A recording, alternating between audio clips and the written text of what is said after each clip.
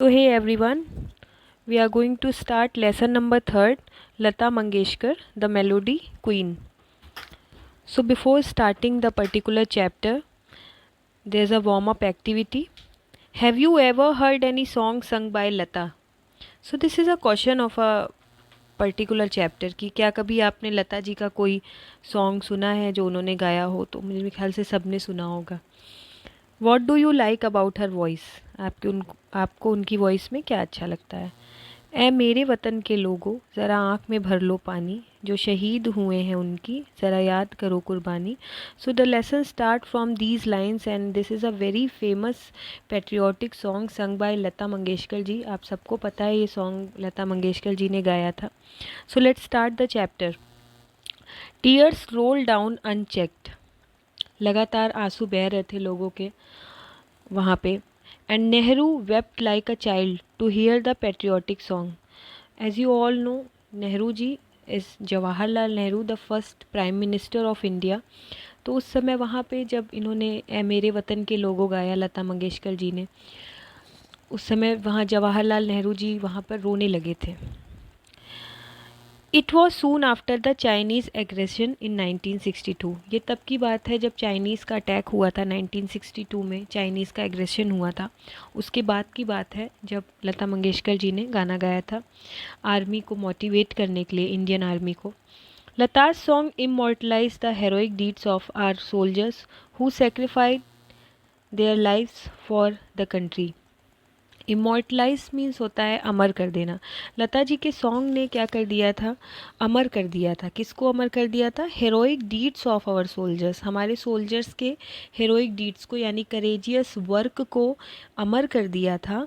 Who sacrificed their life for the country, जिन्होंने अपनी life को सेक्रीफाइस कर दिया हमारी देश के लिए. Since then this song has become the epitome of the patriotic songs. Epitome मतलब क्या होता है? एपिटोम बेसिकली मीन्स होता है चिन्ह, प्रतीक. और इसके बाद से ये जो सॉन्ग है ए मेरे वतन के लोगों, ये एक एपिटोम बन गया, एक चिन्ह बन गया. किसका? देशभक्ति गीतों का. Lata Mangeshkar the singer of ए मेरे वतन के इज़ निक नेम स्वर सम्रागी, मेलोडी क्वीन एंड स्वर कोकिला. लता मंगेशकर को ए मेरे वतन के लोगों गाने के बाद इनका जो निक नेम था वो स्वर सम्रागी, जिसे मेलोडी क्वीन भी कहते हैं, और स्वर कोकिला रख दिया गया. She was born on 28 September 1929 in Maharashtrian family residing in Indore in Madhya Pradesh. तो उनका जन्म हुआ था 28 सितंबर 1929 में महाराष्ट्र की एक फैमिली में, इंदौर मध्य प्रदेश में, इंदौर के पास महाराष्ट्र की एक फैमिली में इनका जन्म हुआ था 28 सितंबर 1929. Her father Dinanath Mangeshkar was himself a noted classical singer and a theatre artist. So remember the name of the father. इनके पापा का नाम दीनानाथ मंगेशकर था, जो खुद एक क्लासिकल सिंगर थे और साथ ही साथ एक थिएटर आर्टिस्ट थे. थिएटर आर्टिस्ट बेसिकली क्या होते हैं? जो नाटक आपने देखा होगा, ड्रामा करते हैं, उसके आर्टिस्ट थे. वहाँ अपना कुछ प्रोग्राम करते थे. Her mother's name was Sudhamati. इनकी मम्मी का नाम क्या था? सुधामती था. The family's last name used to be Hardikar but Dinanath change it to Mangeshkar in order to identify his family with his native town Mangeshi in Goa. तो इनकी फैमिली में जो नाम चला आ रहा था, लास्ट नेम, वो क्या था? हरदीकार था. लेकिन दीनानाथ जी ने, इनके फादर ने, उसको चेंज करके इसे मंगेशकर कर दिया था. क्यों मंगेशकर कर दिया था? क्योंकि ये गोवा के मंगेशी टाउन से बिलोंग करते थे और उसकी पहचान को बनाने के लिए ये अपने नाम के पीछे मंगेशकर लगाने लगे. तो इस तरह से लता मंगेशकर आपने देखा होगा, ठीक है. उसके बाद इनकी बहन भी थी, तो काफ़ी सबका नाम मंगेशकर हो गया आगे. Lata was named Hridaya at her birth. Lata Mangeshkar ji का जो बचपन का नाम था वो क्या था? हृदया था. Her parents later renamed her Lata after a female character Latika in one of her father's plays. इसके बाद इनके फादर ने इनका नाम बदल दिया, इनका नाम हृदया से क्या हो गया, लता मंगेशकर, लता जी हो गया, लता मंगेशकर हो गया। और लता ये इंस्पायर कहाँ से हुए थे इस नाम से, लतिका से। लतिका कौन थी, लतिका इनके फादर के जो प्लेस थे उनमें एक कैरेक्टर थी लतिका, तो उन्हीं के नाम पर इनका नाम लता रख दिया गया। The famous singers Asha Bhosle and Usha Mangeshkar are her younger sisters. इनकी दो बहनें थी, उषा एंड यहाँ पे देखिए आशा, और बाकी एक बहन और भी थी, मीना थी लास्ट वाली, एक भाई भी थे। हर younger brother Hriday Nath is a well known music director. इनके जो भाई थे वो एक बहुत ही अच्छे म्यूज़िक डायरेक्टर थे जिनका नाम हृदय नाथ था। Meena is the younger sister, और मीना सबसे छोटी बहन का नाम था।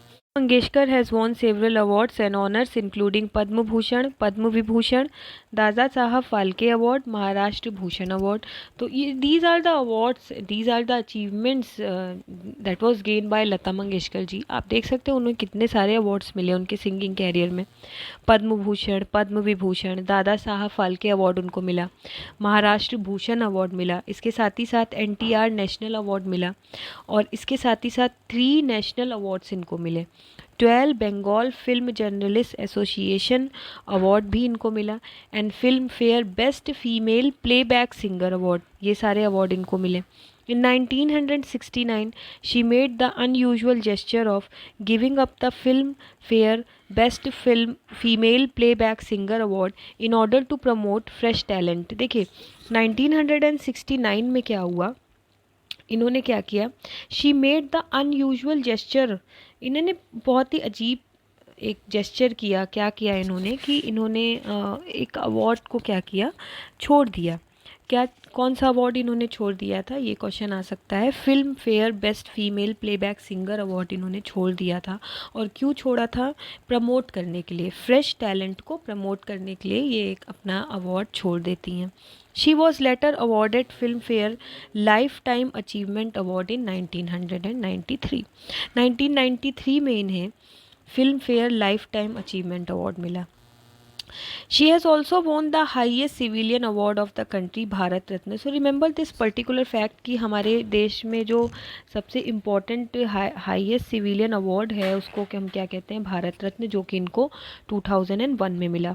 Our country is proud of her and she stands as guiding principle for our young budding vocalist। तो यहाँ पर देखिए, our country is proud of her, हमारे देश को उन पर गर्व है, एंड शी स्टैंड्स, वो खड़ी होती हैं, वो एक प्रतीक हैं, as guiding principle. Principle means क्या होता है, सिद्धांत। कैसा सिद्धांत, जो गाइड करता है। तो ये एक गाइडिंग प्रिंसिपल की तरह आज भी खड़ी हैं, आज भी देश को प्राउड कराती हैं। For our young budding vocalist, जो आजकल के नए नए सिंगर्स आ रहे हैं उनके लिए क्या है, ये एक गाइडिंग प्रिंसिपल का काम करती हैं। ये उन लोगों को गाइड करती हैं, अपने सिद्धांतों से, अपने सॉन्ग से वो गाइड करती हैं। No let's see some word meaning. Patriotic देखिए क्या होता है, having love for the country, देश के लिए देशभक्ति। एग्रेशन क्या होता है, अटैक या आक्रमण। इमोर्टलाइज मीन्स क्या होता है, मेड इमोर्टल मीन्स होता है अमर कर देना। सेक्रीफाइस मतलब क्या होता है, गेव अवे, त्याग कर देना।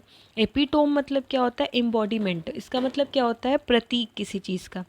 रेजिडिंग मतलब क्या होता है, बसा हुआ। Living situated is called residing. Classical देखिए क्या होता है, स्टैंडर्ड को हम क्लासिकल कहते हैं, ठीक है। आइडेंटिफाई मतलब रिकॉग्नाइज। नेटिव मतलब बिलोंगिंग टू बर्थ प्लेस, जैसे आप अपने देश जहाँ से बिलोंग करते हो उसको हम उसका नेटिव प्लेस कहेंगे। आर्टिस्ट क्या होता है, देखिए कलाकार को कहते हैं, हम परफॉर्मर को कहते हैं। इसके बाद अवार्ड देखिए क्या होता है, प्राइज़ को कहते हैं। ऑनर क्या होता है, रिस्पेक्ट। एसोसिएशन मतलब क्या होता है, एक तरह का संघ होता है, जिसको हम कहते हैं फेडरेशन। इसके बाद अनयूजुअल देखिए क्या होता है, जिसको कहते हैं असाधारण सी बात, अनकॉमन। जेस्चर मतलब क्या होता है, देखिए संकेत को भी कहते हैं, पोस्चर को भी कहते हैं हम, और काइंडनेस को भी हम जेस्चर कहते हैं। प्रमोट देखिए क्या होता है, प्रमोट मतलब होता है किसी चीज़ को बढ़ावा देना, इनकरेजमेंट। गाइडिंग प्रिंसिपल देखिए क्या होता है, कंट्रोलिंग स्पिरिट, जिसको हम कहते हैं मूल आत्मा। So these are some word meaning of this chapter. Thank you.